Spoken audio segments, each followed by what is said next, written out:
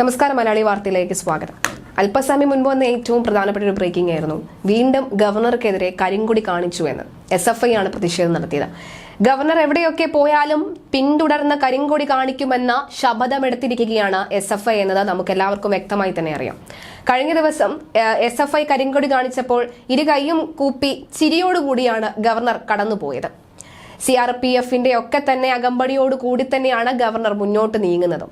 ഇപ്പോഴിതാ വീണ്ടും പോലീസ് സുരക്ഷ എല്ലാം മറികടന്ന്, ഈ പോലീസ് സുരക്ഷ മാത്രമല്ല CRPFന്റെ സുരക്ഷയും ഒക്കെ തന്നെ മറികടന്ന് SFI പ്രവർത്തകർ പ്രതിഷേധിക്കുകയാണ്.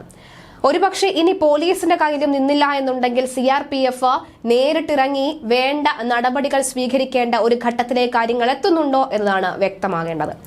CRPF എത്തുമ്പോൾ അല്ലെങ്കിൽ CRPF ഗവർണർക്ക് ഇത്തരത്തിലുള്ള സുരക്ഷ ഒരുക്കുക തന്നെ ചെയ്യുമെന്ന വാർത്തകൾ വന്ന സമയത്ത് തന്നെ എന്തൊക്കെയാണ് CRPFന്റെ ചുമതലകൾ അല്ലെങ്കിൽ ഉത്തരവാദിത്തങ്ങൾ എന്നൊക്കെ നമ്മൾ പരിശോധിച്ചതാണ്. അതിലൊക്കെ തന്നെയും ഈ ഗവർണറിന്റെ അടുത്തേക്ക് എത്തുകയോ അല്ലെങ്കിൽ ഗവർണറിന്റെ കാറിൽ സ്പർശിച്ചുള്ള ഒരു പ്രതിഷേധമാണെങ്കിൽ മാത്രമേ CRPF ഇടപെടുകയുള്ളൂ എന്ന് വ്യക്തമായിരുന്നു. അതുകൊണ്ട് തന്നെ മുമ്പും ഇത് തന്നെയാണ് ഗവർണർ ആവർത്തിച്ച് പറഞ്ഞിരുന്നത്. എന്റെ കാറിന് നേർക്ക് ചീറിപ്പായുന്നത് എന്തിനാണ്, എന്റെ കാറിന് നേർക്ക് വന്ന് ചാടുന്നത് എന്തിനൊക്കെയാണ് എന്നാണ് ഗവർണർ അന്നും ചോദിച്ചിരുന്നത്. എന്തായാലും ഈ ഒരു പ്രതിഷേധം ഇങ്ങനെ തന്നെ തുടരുകയാണെങ്കിൽ ഒരു ഘട്ടത്തിൽ ഈ പ്രതിഷേധം കൈവിട്ടു പോവുകയും മറ്റ് പല അടിയന്തര സാഹചര്യത്തിലേക്ക് കാര്യങ്ങൾ നീങ്ങുമെന്നത് പല നിരീക്ഷകർ ഇപ്പോഴും വ്യക്തമാക്കുകയാണ്. പോലീസ് കൃത്യമായ ഒരു ഇടപെടൽ നടത്തിയില്ല എന്നുണ്ടെങ്കിൽ SFI പ്രവർത്തകരുടെ പ്രതിഷേധം ഏതറ്റം വരെ പോകുമെന്ന് വ്യക്തമായി നമുക്കറിയാവുന്ന സാഹചര്യമാണ്. ഒരുപക്ഷെ ഇത് ഈ ഒരു പരിധിയും കടന്ന് CRPFന്റെ അരികിലേക്കൊക്കെ പോകുമ്പോൾ കാര്യങ്ങൾ എങ്ങനെയായിരിക്കണം മുന്നോട്ട് കൊണ്ടുപോവുക എന്ന് നമുക്ക് കണ്ടറിയേണ്ടതുണ്ട്. എന്തായാലും ഇന്ന് രാവിലെ ആയിരുന്നു പ്രതിഷേധം നടന്നിരുന്നത്. തൃശൂർ ഏങ്ങണ്ടിയൂരിൽ ഒരു പരിപാടിക്ക് വന്ന ഗവർണറെയാണ് കരിങ്കൊടി കാണിച്ചത്. അതിനിടെ SFI പ്രവർത്തകരെ പിടിച്ചു മാറ്റാനുള്ള BJP പ്രവർത്തകരുടെ ശ്രമം സംഘർഷത്തിന് ഇടയാക്കിയിരുന്നു. പോലീസ് ഇവരെ പിടിച്ചു മാറ്റാൻ ശ്രമിച്ചുവെങ്കിലും BJP പ്രവർത്തകർ SFIക്കാരെ മർദ്ദിക്കുകയായിരുന്നു. പ്രതിഷേധത്തിനൊടുവിൽ കരിങ്കൊടി കാണിക്കാൻ എത്തിയ 14 SFI പ്രവർത്തകരെ പോലീസ് കസ്റ്റഡിയിലെടുക്കുകയും ചെയ്തു. ബുധനാഴ്ച ആരോഗ്യ സർവകലാശാല ബിരുദാനന്ദ ചടങ്ങിൽ പങ്കെടുക്കാൻ പോകുന്നതിനിടയിലും ഗവർണർക്കെതിരെ കരിങ്കൊടി കാണിക്കാനുള്ള ശ്രമം ഉണ്ടായിരുന്നു. സംഭവത്തിൽ 43 പേർക്കെതിരെയാണ് കേസ് എടുത്തത്. തൃശൂർ എത്തായിൽ ഗവർണർക്ക് നേരെ കരിങ്കൊടി കാണിച്ച 15 SFI പ്രവർത്തകരെയാണ് പോലീസ് അറസ്റ്റ് ചെയ്ത് നീക്കിയത്.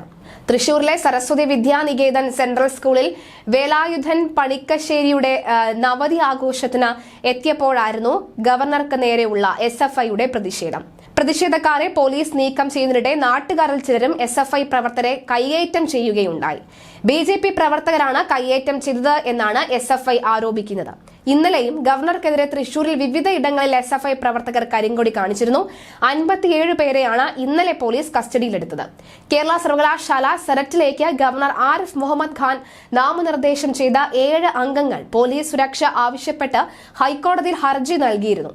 CPM, SFI, DYFI പ്രവർത്തകരിൽ നിന്ന് ഭീഷണിയുണ്ടെന്നും ചുമതല നിർവഹിക്കാൻ പോലീസ് സുരക്ഷ വേണ്ട എന്നുമാണ് ഹർജിക്കാരുടെ ആവശ്യം.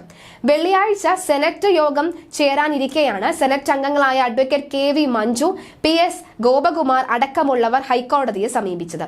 ഭരണപരമായ ചുമതല നിർവഹിക്കാൻ സൗകര്യമൊരുക്കണമെന്നാവശ്യപ്പെട്ട് കത്ത് നൽകിയിട്ടും പോലീസ് നിഷ്ക്രിയരാണ് എന്നും ഹർജിയിൽ ആരോപിച്ചിരുന്നു. കാലിക്കറ്റ് യൂണിവേഴ്സിറ്റിയിൽ ഗവർണർ നാമനിർദ്ദേശം ചെയ്ത അംഗങ്ങൾക്കെതിരെ ഉണ്ടായ പ്രതിഷേധവും ഹർജിക്കാർ ചൂണ്ടിക്കാട്ടിയിട്ടുണ്ട്. ഹർജിയിൽ പോലീസ് നിലപാട് തേടിയ കോടതി കേസ് ഇന്ന് വീണ്ടും പരിഗണിക്കാനായി എടുക്കും.